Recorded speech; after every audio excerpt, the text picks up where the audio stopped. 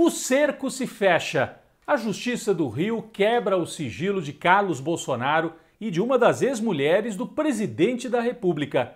A CPI chega ao motoboy que sacou em dinheiro na boca do caixa mais de 4 milhões de reais a serviço de uma empresa suspeita de corrupção nas vacinas.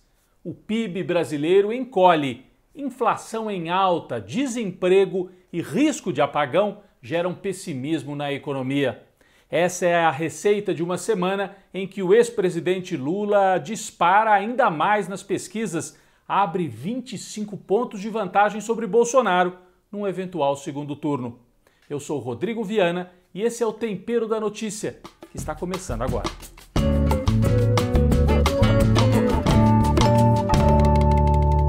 Regime de escassez hídrica, um nome pomposo, né? Que o governo Bolsonaro arrumou para se referir a uma super bandeira vermelha que já está na sua conta de luz aí. Foi criada nesta última semana, anunciada nesta última semana. Você vai pagar mais caro pela energia. O mesmo governo que cobra mais, porque choveu pouco no Brasil, né? Então os reservatórios estão baixos, mas é o mesmo governo que vai cobrar mais de você, é aquele que acabou com o horário de verão, sem explicação, só por implicância.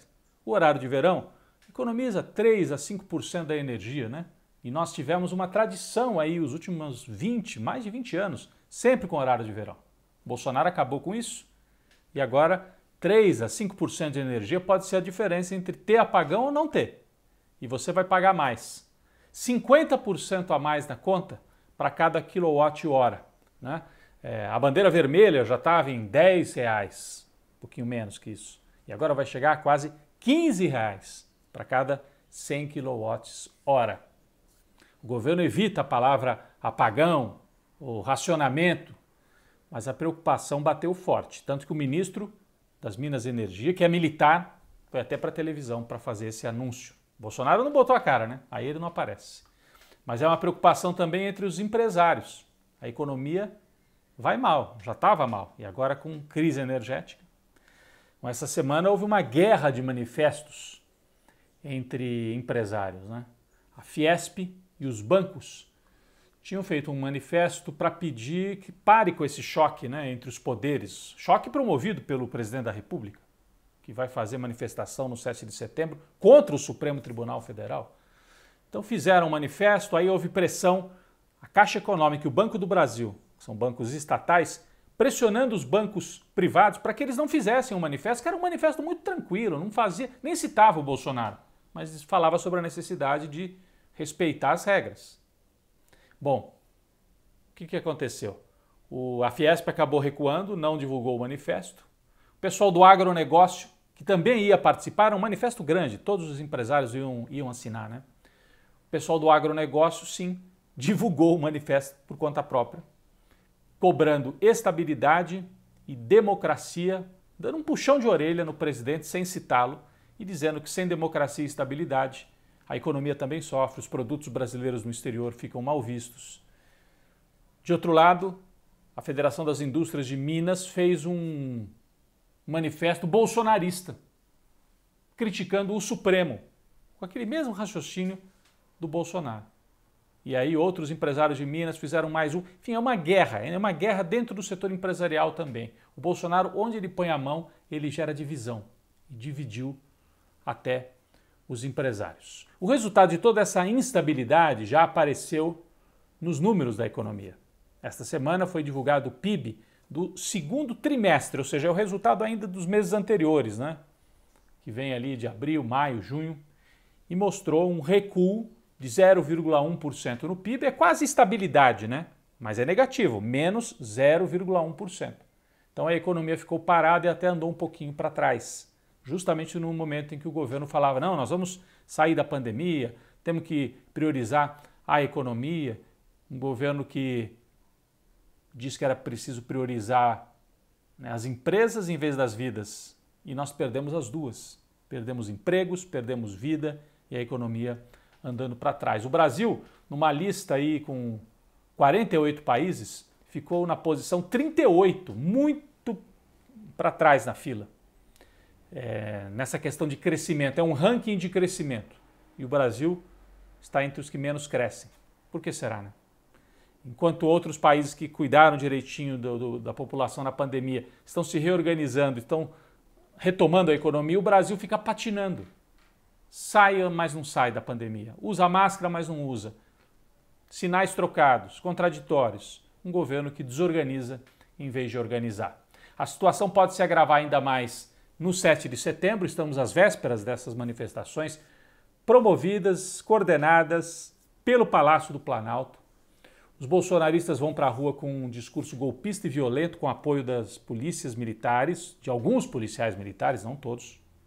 Acho até que eles são minoritários, esses mais violentos. A oposição manteve os atos também para o dia 7 de setembro, que é uma tradição, o grito dos excluídos. A questão é saber se não pode haver provocação, choque. O que o Bolsonaro quer a essa altura é confusão. Ele vive da confusão. O nome dele é confusão, caos. Então tem que tomar muito cuidado, vamos para a rua. O que pode acontecer? Ataques violentos por parte dos bolsonaristas, invasão de prédios, como eles estão prometendo até, gerariam mais instabilidade e aprofundariam a crise econômica. Então isso seria ruim porque o Bolsonaro perderia ainda mais do lado da economia. Nós todos perderíamos junto. Agora, e se for pífio, se for pequeno, o ato bolsonarista, aí ele corre o risco de cair antes de 2022, porque tem um setor da burguesia brasileira que já está querendo se livrar do Bolsonaro, não porque não goste do autoritarismo, mas porque o Bolsonaro, tão fraco, aumenta as chances de Lula ser eleito. Grave mesmo, grave é a situação dos filhos de Bolsonaro. Carlos, o Carluxo, que é vereador no Rio, mas quase não atua lá no Rio, fica nos bastidores do governo federal em Brasília. Carlos Bolsonaro, a Justiça do Rio quebrou o sigilo fiscal dele, numa investigação sobre as rachadinhas. Recolhem dinheiro dos funcionários no gabinete, ficam com dinheiro. Isso é o quê? Isso é crime. O pessoal chama de rachadinha, mas é corrupção. Assim, a família Bolsonaro teria comprado vários imóveis, interceptando dinheiro que não é deles, que é dos funcionários. Sigilo quebrado, pode aparecer muita coisa aí. Sigilo quebrado também nessa mesma investigação da ex-mulher do Bolsonaro, a segunda ex-mulher, que é mãe do filho número 4, aquele Jair Renan. Então, Carluxo e a mãe do Jair, a Ana Cristina, com o sigilo quebrado. E o próprio Jair Renan também vai mal na foto aí, né? Teve o caso da mansão alugada em Brasília. Ele e a mãe, a Ana Cristina, alugaram uma mansão, aluguel de 15 mil reais por mês. Ela não tem renda para pagar isso. Ela ganha 8 mil. Então, é um caso suspeito, mais um caso suspeito envolvendo a família Bolsonaro, além do fato do Jair Renan atuar ao lado de um lobista de uma dessas empresas aí envolvidas com a máfia das vacinas. Então, ele está em 2 casos suspeitos. Bom, a CPI chegou também esta semana ao motoboy Ivanildo Gonçalves da Silva. Ele aparentemente não tem nenhuma participação direta em corrupção, mas ele era a pessoa que ia até o banco e sacava na boca do caixa dinheiro vivo, é muito suspeito. Quem faz isso hoje em dia? Sacou mais de 4 milhões de reais. Ele trabalhava para a VTC Log, aliás trabalha, é funcionário da VTC Log, uma empresa que teria ligações com o esquema de Ricardo Barros, líder do governo na Câmara. Então são muitas pontas de corrupção apontando para o Bolsonaro. E os bolsonaristas são os reis do atestado. Sabe aquela coisa de meter um atestado para não ir no trabalho? Aqui nesse caso é atestado para não prestar depoimento.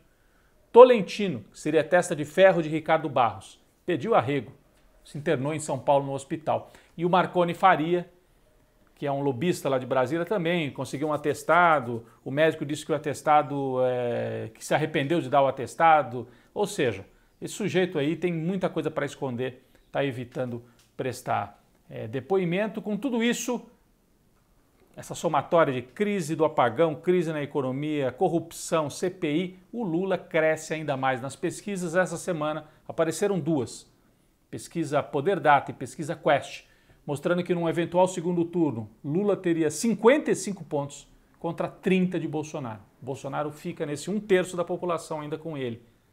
Lula avança, o antipetismo recua Bolsonaro é o mais rejeitado nas pesquisas, não é à toa que ele aposta em golpe, porque na urna, pelo jeito, vai perder.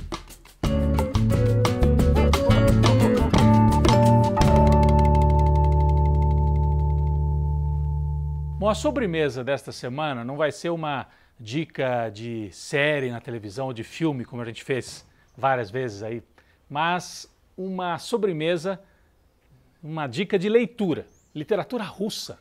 Bom, quando as pessoas pensam em autores russos, lembram do Tolstói, Dostoiévski, né, que escreveram obras-primas, mas romances às vezes de difícil leitura, né? Livros longos, Crime e Castigo, Ana Karenina, Guerra e Paz, Irmãos Karamazov. Bom, não é nada disso que eu estou sugerindo, mas o livro de Mikhail Bulgakov, Anotações de um Jovem Médico, textos curtos. Então, nesses tempos de vida fragmentada, de dificuldade de concentração, é até uma boa, né? Os textos você pode ler um, depois ler outro, dias depois, não precisa fazer a leitura em sequência. E são histórias de um jovem médico, porque o próprio Bulgakov virou médico na Rússia ali em 1916, 1917, bem na época da Revolução Russa. E a experiência dele como médico no interior, atendendo camponeses, ele transformou, de certa forma, no material deste livro, que é muito interessante pelas questões, pela descrição mesmo que ele faz da situação de um médico trabalhando com o povo no interior da Rússia, mas também as questões psicológicas e a descrição da paisagem, né? O médico que tem que andar no meio da neve, no meio da tempestade de neve para atender os pacientes. Então, é uma viagem em vários sentidos, é uma forma de viajar um pouco para a Rússia com Mikhail Bulgakov. Ele é mais conhecido por um outro livro que se chama O Mestre e Margarida, é um romance, mas esse aqui são textos curtos, anotações de um jovem médico, viagem para a Rússia, para escapar um pouco da realidade brasileira.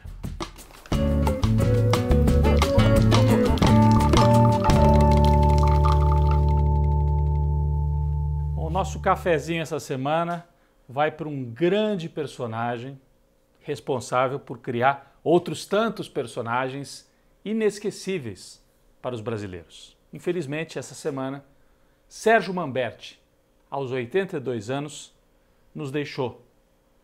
É ídolo dos adultos, né, ao longo de vários e vários trabalhos na televisão, no teatro, mas muito marcado por aquele mordomo na novela Vale Tudo, lembra? Quem Matou Odete Roitman? Um personagem inesquecível e muito popular. Um dos maiores sucessos da televisão brasileira. E também das crianças. O tio Vitor, do Castelo Rá-Tim-Bum na TV Cultura de São Paulo, marcou várias gerações. Então o Sérgio Manberti deixa estas lembranças no palco, na tela, mas também como cidadão. Um amigo disse: "O Sérgio Manberti, que triste, está partindo num momento tão difícil para o Brasil, tudo aquilo pelo que ele lutou está ameaçado." Eu já penso diferente. A batalha da gente é sempre incompleta, né? A gente está sempre batalhando, mas está sempre incompleta. O Sérgio Manberti levantou sempre as bandeiras, né? Foi fundador do PT, sem deixar de atuar, de fazer o que ele amava, que era o teatro e a televisão. Foi fundador do PT, participou de administrações públicas, tanto no município como no governo federal. No momento mais difícil dos ataques contra Lula, Dilma, teve na campanha Lula livre. Então ele nunca baixou as bandeiras. Sérgio Manberti, eu tive o prazer, a felicidade de conviver nos últimos 10 anos com ele, em atividades de comunicação, de cultura, no Barão de Itararé, em São Paulo, nos bares, né? Uma lembrança muito viva. A gente tem até uma foto aí de um desses encontros do pessoal do Barão de Itararé, no Sujinho, um bar tradicional de São Paulo, numa dessas noitadas inesquecíveis de um Sérgio Manberti amoroso, eloquente, engraçado, deixa uma grande obra, deixa saudade, viveu muito e viveu bem. Um grande parceiro também dos movimentos sociais.